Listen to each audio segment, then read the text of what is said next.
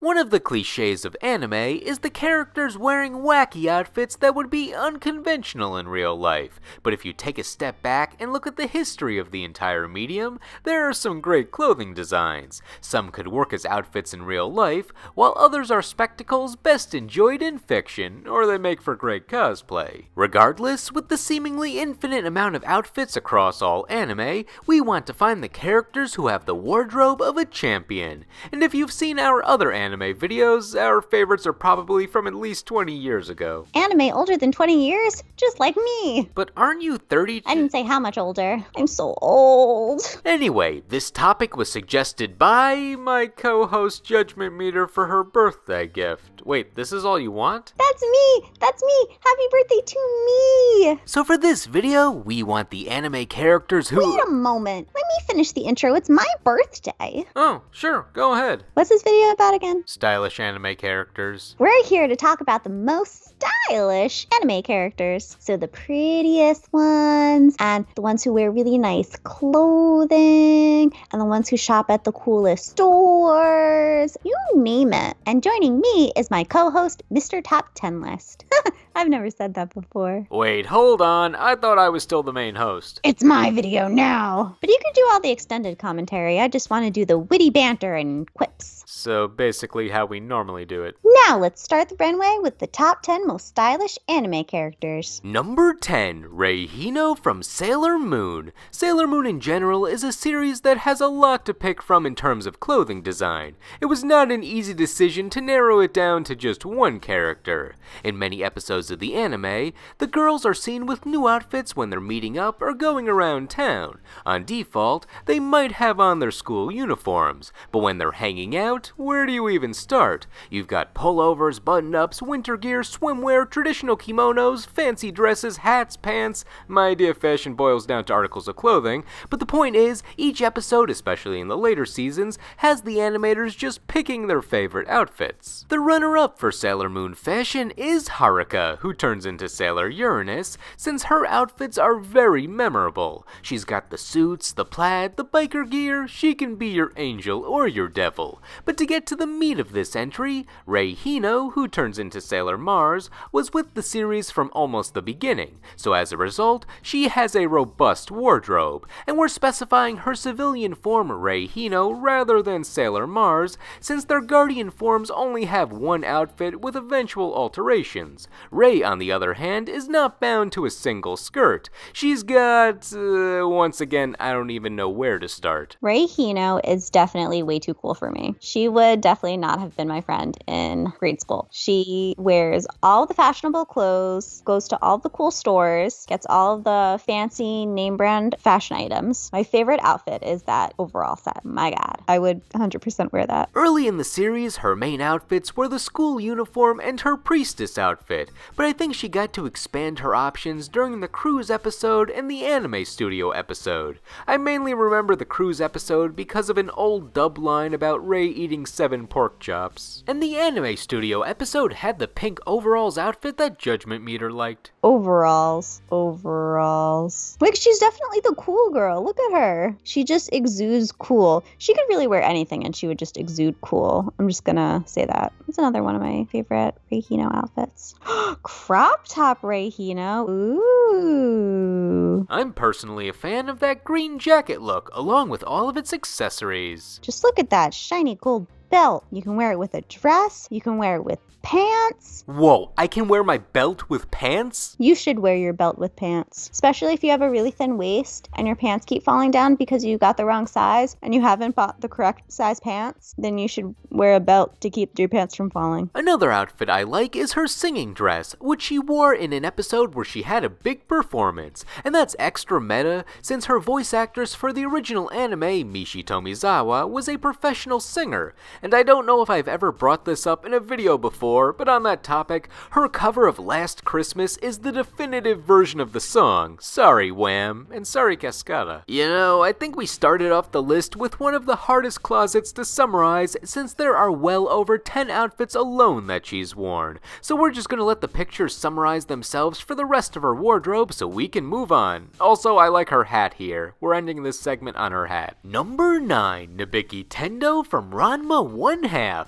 I asked a judgment meter to confirm this one, but indeed, Nabiki Tendo, the Tendo sister from Ranma who's done the least, is who she wanted. When I said, "Who are you putting on here from Ranma?" with no hesitation, she responded, "Nabiki. Oh, definitely Nabiki." I wish I was recording when we had that interaction. Don't get me wrong, guys. Kasumi's my favorite. Oh, yeah. However, I can't argue against that, since despite being a support character who has no real loyalty, just going in whatever direction she feels like, she's good at picking outfits. She needs to look good while looking uninterested in the main plot or reclining in the house in the background. When she gets involved in episodes, it's usually because she's a troll and likes to play with people's emotions for fun, like pretending she's interested in Ranma or the rival Kuno to either get a kick out of them or her other main goal, money.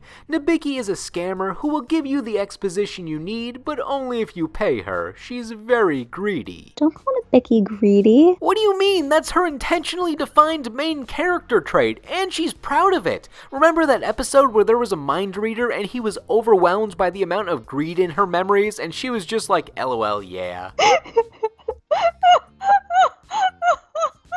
What a queen. Maybe that's what she's saving up her money for, to buy clothes for every episode. Yeah, funny thing about that. We learn in an episode that Nabiki's been taking Akane's outfits and not giving them back, so technically Akane should get some points, but we'll look the other way for Nabiki in this case. She's very relaxed fit tops and then cinched waist, like high-waisted pants. I think her most common outfits were her romper with the striped shirt underneath, the summer short sleeve outfit, and the sweater right out of the 80s that has 2 major splotches of other colors on it. Also her school uniform, but that's not unique. The latter is probably my favorite, since I like her shirts that just had random things slapped on it that did not follow a pattern, like this one just has OK on the shirt. Oh my god, her OK shirt! Wow! I forgot about that. That's a good one. Wow. Miko Takahashi really has good shirts. And then you have some of her fancier appearances, like when she had on her various cocktail dresses or the beach episode. The more I rewatch of her best moments, the more I appreciate Nabiki's consistent characterization of reacting to all the wacky things that happen to the characters in this universe,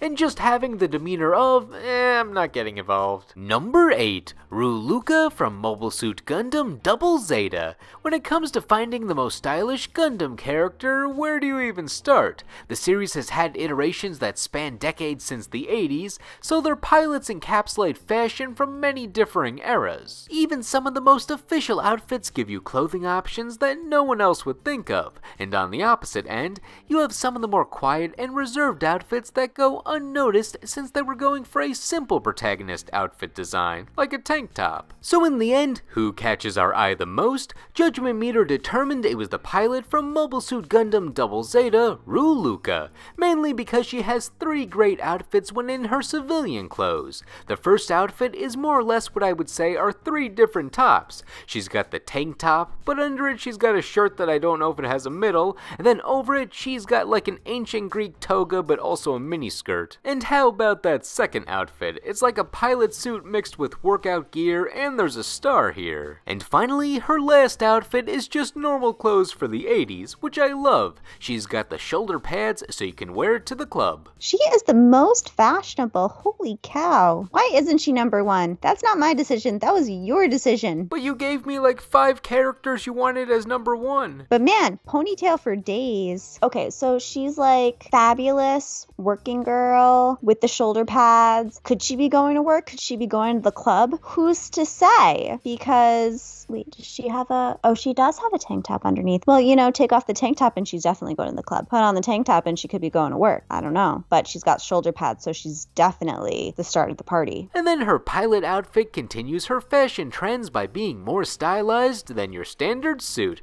And hey, the star appears here too. I super love it because it has Rainbow Bright's star on it. She has the shooting star on it. It is so cool. So it is definitely aerodynamic. She can definitely move in it. It is a beautiful blue. It's like an underwater blue. Who came first, her or Rainbow Bright? Okay, so she was the predecessor to Rainbow Bright, or maybe they met in like the atmosphere, the stars. They met in space. They're space siblings. Besides her clothing options, she stands out thanks to her fiery personality, along with being the love interest of the protagonist, who also has clothes, I guess. He is way too boring for her, I'm gonna say that. But this lady, wow, she's hot stuff. Yeah, I was just trying to tie him into the topic. Anyway, Rue Luca. Come for the designs, stay for the combat skills. Number 7, Ichigo Kurosaki from Bleach. Ichigo never really struck me as fashionable. He always just had on normal people clothes to me, or just a normal robe. Why'd you want to put him on this list? So, caveat, I'm not talking about Ichigo from the TV show, because I think he's pretty boring, but I'm talking about Ichigo from the original artwork, because the original artwork has really cool pictures of everybody, but Ichigo's outfits are particularly like a super cool guy from, I don't know, like a Uniqlo ad or something like that. He just looks like a super cool, fashionable guy. Like some dude who wakes up in the morning and he's like, yeah, I know what I want to wear and I'm gonna look fabulous, as opposed to I'm just gonna grab whatever is at the top of the pile and just throw it on and then go to work/school. Good idea to turn to the manga, but just saying the original art might be a bit too vague. Can you say the original manga art by the creator Kubo, just to get a bit of that extra information in there? No. The creator of Kubo, the creator of Bleach, he has all these different artwork. The creator of Bleach, Kubo, he makes all these different. The creator from Bleach. Kubo, the creator from. Kubo, the creator of Bleach, he made all this different. What? Okay, how about this? I'll do it. Bleach's creator, Taito Kubo, has a lot more to show in designing the character outfits for drawing rather than what the anime does, which simplifies a lot of the clothing designs. So the manga, specifically the cover shots before the comic pages, and his extra art of Ichigo and company for special editions or just because he feels like it, have stunning clothing. See, look, he's cool. He's coming up from the subway and he looks interesting. I don't know if he's ever actually ridden a subway, but you know. The shirts and headphones are nice and all, but the star of the show are Ichigo's coats. I think I'm a fan of that fluffy hood the most. Also, those skull buttons are good at hinting at his powers in a way that's just edgy enough without being too on the nose. That being said, I wish we saw some more of these outfits in the anime. The gray jacket he had there was nice and all, but I feel like his style didn't pop out to me as much there. Oh, from the theme songs. You can look up the one from Asterisk, the opening theme song. See, look,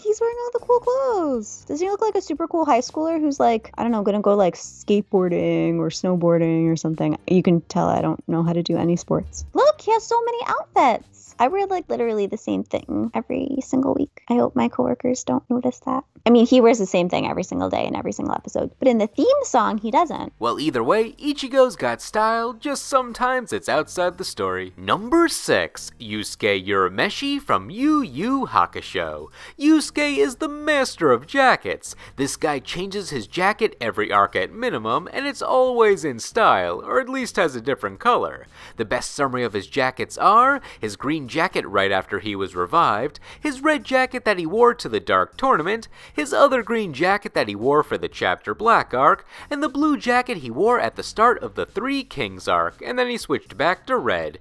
But clearly, he cares about his jackets. Oh, red coat. I like red coat. Red coat's nice. Yeah, he's chilling that one. He goes from like super button-up schoolboy to I'm relaxed, got no cares in the world, you know, besides like killing demons and saving the world and stuff, whatever, being dead, you know. I feel Yusuke's style is underappreciated since he always has to take off his jackets for the big fights, so in the highlight reels, we just see him in a tattered sleeveless shirt with his hair messed up, but in reality, the jacket is an integral part of his design when a new arc begins. The hair's a good indicator too, it's not always disheveled. When he was revived from the dead, his hair is actually neater than it is on default for the series, Same for when he was dozing off during the start of the Dark Tournament. And when he was walking around after being revived, he wore some seldom seen sunglasses, which easily enhances his cool guy persona. Even his original default outfit, being his school uniform, is an outlier for fashion. Instead of the blue uniform everyone else had to wear, he rebelled by wearing a green outfit just because he thought it looked cooler. So from the beginning, he was making his own trends. Number 5. Yor Forger from Spy X Family. Yor has 3 jobs, needing 3 major outfits. She works in a call hall all day, giving her a nice green outfit that's not that unique since everyone else at work wears it. Her at-home outfit, when she's pretending to be a housewife, is a red sweater dress with black leggings, which is real nice. That I really want to just live in because it's fashionable, but you can also curl up in your bed with it. And finally, when she's at her real job as an assassin, she's got on the black dress with a golden rose hairband and red floral pattern on the inside of the dress. But that's not the only red you'll be seeing if you're on her list. It's the I'm gonna kill you outfit, but sexy. Then she's got her pink jacket, which looks soft and fluffy, just like Yor if you get to know her. And you can go out for a regular walk or a night on the town and stay nice and warm. I like how Yor is a silly character who's the definition of trying her best, so her outfits have a more casual tone until you get to the assassin outfit when she has to put her game face on. The rest of her outfits also have a momcore style to them, but she can still do all of her assassin moves in them. My favorite parts of Yor's character is when something arises where she has to start doing flips and stuff in her casual clothing. Or sometimes she'll just have a bit too much wine. So Yor can't handle her alcohol very well, and she acts very funny when she drinks. My favorite of the Yor action sequences in her casual clothes was in one episode Anya forgot her bag, so Yor goes into some crazy high-speed chase running to deliver it across town with all the superfluous motions, and she saves a potted plant from breaking while doing it, and after flipping back up from saving the plant, she does a gymnast arm raise pose, as if she's aware that she just had an amazing feat, or it's just natural to her. Number 4. Bulma from Dragon Ball. Even though Judgment Meter got to pick all the entries for this video, I pushed hard for Bulma,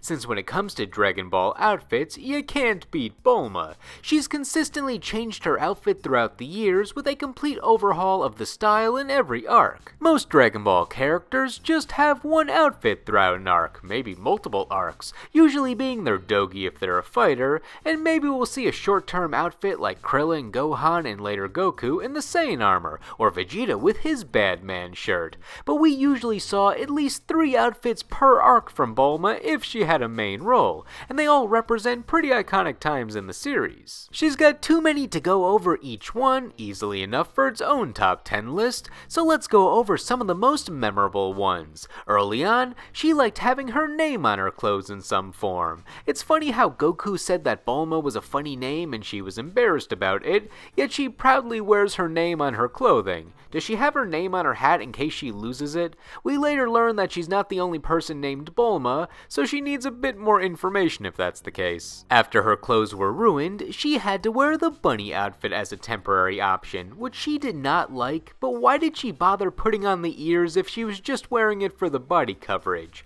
The real reason was to set up the Boss Rabbit plotline in the next episode, but it's funny how small of a blip that was in Dragon Ball's history. Next up was the outfit she wore until the end of the first Dragon Ball arc, which I specifically remember for the poofy pants. Her outfits for the rest of Dragon Ball up until Z sort of stuck to the one outfit per arc pattern, mostly because the tournaments only lasted 1 day in the manga, and the Red Ribbon and Piccolo Daimao arcs only used Bulma at select points, so there was never a reason for her to change outfits. But I like her outfits in both of the Piccolo arcs. Something about the blue and white stripes in the Piccolo Daimao outfit feels nautical, and she was on an island for most of that arc. Now before we talk about the Z portion of the series, the real memorable outfits from Bulma are on the manga covers from this era, when Toriyama drew the characters in cool costumes and scenarios that may or may not be related to the story. If you just watch the anime, you might remember all these outfits from Dragon Ball's end credits, which heavily featured Bulma and unintentionally gaslit me into thinking that she wore more outfits at this point in the series. The focus on Bulma in the credits makes me realize how the first arc of Dragon Ball is more Bulma's story rather than Goku's, but that's an analysis analysis for another video. My favorite outfit from this array is this one. I don't know how to describe it, but I love the sheer sense of adventure that it holds. I even have a figurine of it, alongside my manga cover Pirate Goku figure, and my normal blonde launch figure, since I'll take any launch merchandise. This also wasn't the only version of the ending theme. Dragon Ball had 4 versions of it. Same song, but different visuals, pulling from different manga covers. The second version is the one used in all the home releases now, so the other 3 feel like some sort of lost treasure when I see them. Though the first 3 versions repeated a lot of the same scenes, but you still had new material each time. I love the shot of Bulma in a fully white tux from the first version, along with the rest of the crew in dresses. The final version of the ending theme was completely redone, centered around Bulma's look from the last tournament arc of Dragon Ball, and it really feels like a scrapbook of Bulma hanging out with her friends one last time before they all part ways for a while, with her being the center of attention as they drive different vehicles. You can tell Dragon Ball's creator Akira Toriyama loved drawing his characters, since he would always put them in these fun one-off scenarios for a cover, and usually with a vehicle since he loved drawing cars too. It makes you appreciate the camaraderie this team had in Dragon Ball. I'm glad we got to see these go in motion. Anyway, in the Z era of the story, Bulma had renewed relevance in the Saiyan arc. First she had the white blazer that was stylish, and then she had on the tube top, which I mainly remember because of the one scene where she was wearing a scouter, and everyone looks cool in a scouter. Not everyone should wear them, but it makes them look cool. And then the Saiyan arc ends with sort of a generic Bulma look, like, yup, that's Bulma. Next up was Namek arc Bulma, which had my favorite outfit at the beginning, being her white shirt with red pants and late 80s hair from her trip to Yunzabit Heights. I love this style so much. It's the hair that does it for me, but I do like the simple clothes. She has the casual Morgan palette. Yeah, I like that Bulma. Her hair has reached peak. Her hair has reached. Her hair has reached. Her hair is peak. Then she had the underwear look based on Ripley from Alien, which was more her not dressing, but it managed to look cool somehow. Maybe I just like it when Toriyama references Alien. After that was her main look for the arc, which was nothing spectacular, but I like how the manga cover added a hat. I like the hat. And because this segment is getting really long now, I'll end it with, for the last 2 arcs of Z, I like the orange vest, I like the investigation hat, the red shirt's cool, and her main outfit in the Boo saga is iconic. Let us know if we need to elaborate this on its own top 10 list someday. Number 3, Joseph Joestar from JoJo's Bizarre Adventure. I really just wanted to say every JoJo's character deserves to be on here, since Araki knows how to design an outfit. He used models from fashion magazines when styling and posing his characters, so everyone naturally exudes that energy. Though when looking to see who is the most stylish of the JoJo's parts, I noticed that if you go through each successive part, the main characters tend to only stick with one outfit throughout the part from part 3 onwards. Jotaro, for example, only changes his outfit when he appears in a new part and keeps that same outfit on throughout the whole part. Or part 6 Jolene has her prison outfit as her second costume, but it's just her default outfit with a coat. Then if you look at characters like Giorno and company from part 5, they only have a different outfit on during flashbacks, but otherwise, they just have the same outfit on during the whole part.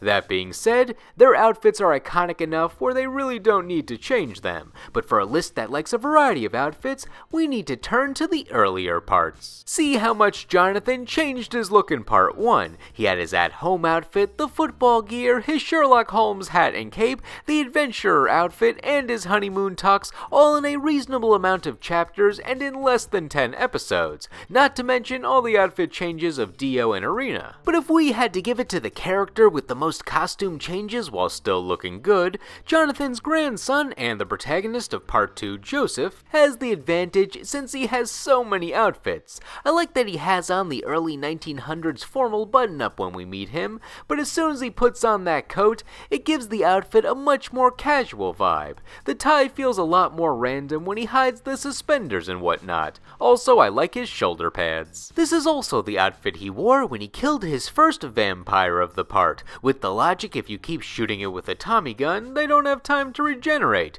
What an introduction! He then had his biker outfit, which I like the helmet and little goggles of. He's making the most of dressing for his journey. Then of course, we have Tequila Joseph, where he plays the part with confidence. confidence, just how you need to. And his final major outfit is his winter gear, where he has the ear flap hat and scarf. For such a fun hat, he has to react to a very not fun moment. Even when he has to take off the coat, he keeps on the scarf, making it an iconic part of his outfit used on all the JoJo's cover photos. I think I like the goggle one. Well, the other one, the quilted one, it has such personality. It's quilted, it's got epaulets. He is all about accessories, man. He's got little doodads on his pant buckle, got little glovies. He has to wear the scarf. He has to wear the gloves. However, he gets an edge over other JoJo's characters, not just from his outfits here, but he was also a big supporting character in part 3 of the story, giving him more outfit changes to show that he still got it.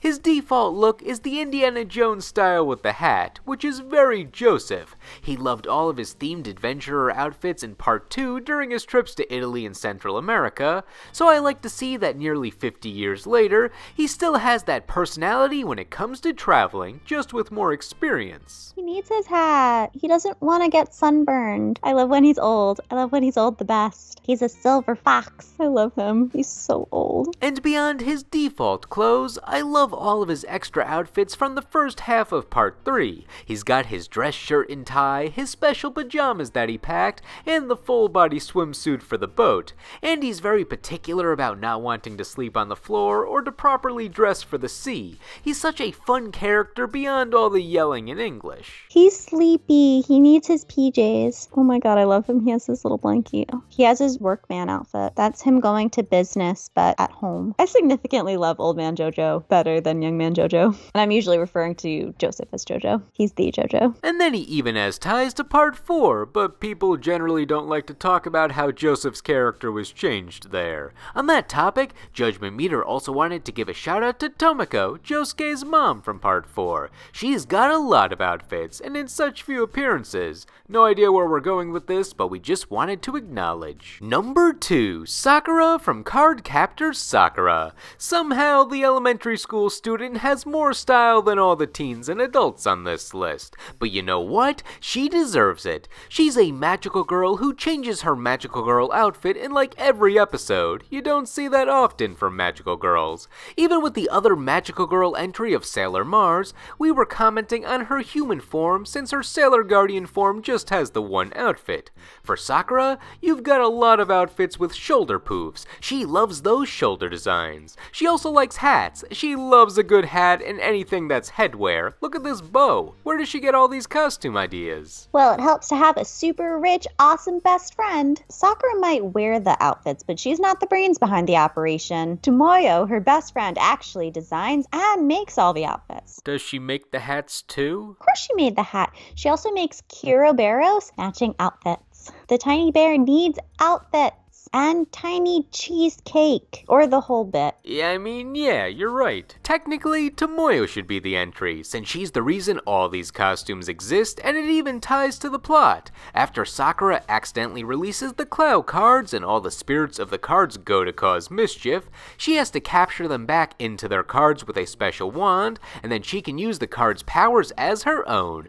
Tomoyo had the great idea that we should make a movie out of all of this, but you can't have your protagonist wearing normal clothes, so Tomoyo makes Sakura outfits to wear when she goes out and has to steal a card. Then Tomoyo films Sakura trying to outwit a card who's taken over a physical object or is messing with the space-time continuum. So not only does she want to document the supernatural adventures of Sakura, but this is a great opportunity to show off her clothes in action. It's a fun dynamic between the two. I always like when an anime protagonist has a friend who's just a normal person that's unbothered by all the otherworldly stuff going on. Oh, I'm pretty sure that Tomoyo's mom is actually the executive of a fashion magazine. I'm pretty sure that's true. Oh no, she's the president of a toy company? Never mind.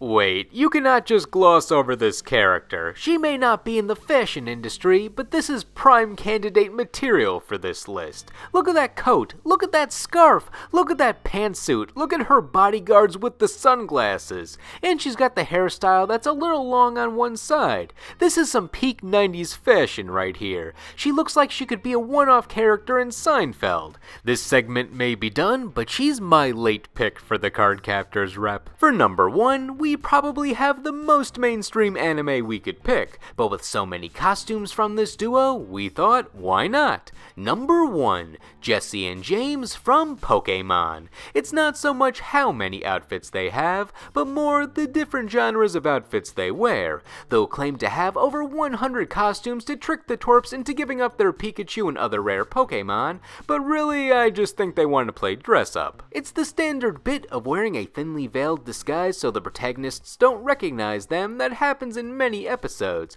but they can go in any directions with the costumes they choose. Sometimes they wear a conventional disguise of whoever works in the place they're sneaking around in, but when they're just having any old scheme on a random dirt road, they do whatever they want. No backstory is too obtuse, no budget is too restrictive, and no clothing is too gendered. Jessie will wear the tux and James will wear the dress depending on how they're feeling. James wears it the best. They can be an old couple, they can be young trainers, or they can just be something non-human, and they will make any outfit look good. I like the bride and groom one. That one's cool. Look at Jessie's hair. Look how shiny. They didn't wear a disguise when confronting the protagonists until episode 14, the Lieutenant Surge episode, which feels like a long time to go without a costume for them, since it seems like they do it almost episodically once the series gets going. And the first disguise ever was their cheer squad outfits. These were a reference to a popular gag manga in Japan at the time about cheerleading, and it was only up from there.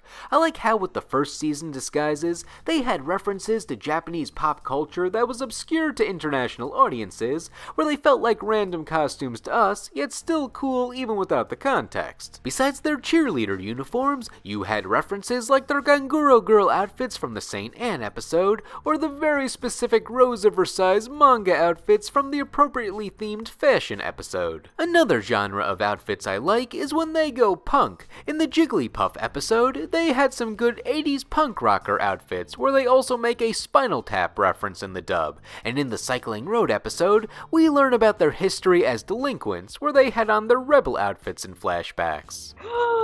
That was their delinquent episode. Their delinquent phase. Aww, Jotaro would be so proud. They were different criminals before they were criminals. And to take it a step further, they can copy your style, since they are master imitators. Multiple times, we've seen them cop the look of someone famous, or just someone we know. Their eyes give away that they're not who they say they are, but otherwise, they can match their style and outfits verbatim. They also have a lot of Pokemon costumes, which seem pretty basic, but the performance of James in the Moltres outfit as the Flaming Moltres is enough to get it a mention. But enough about that. Judgment Meter, what are your favorite outfits from them? I like Moltres, wedding, anything with a mustache. Oh, and when they're old. So your ideal disguise would be... Old Moltres with a mustache getting married.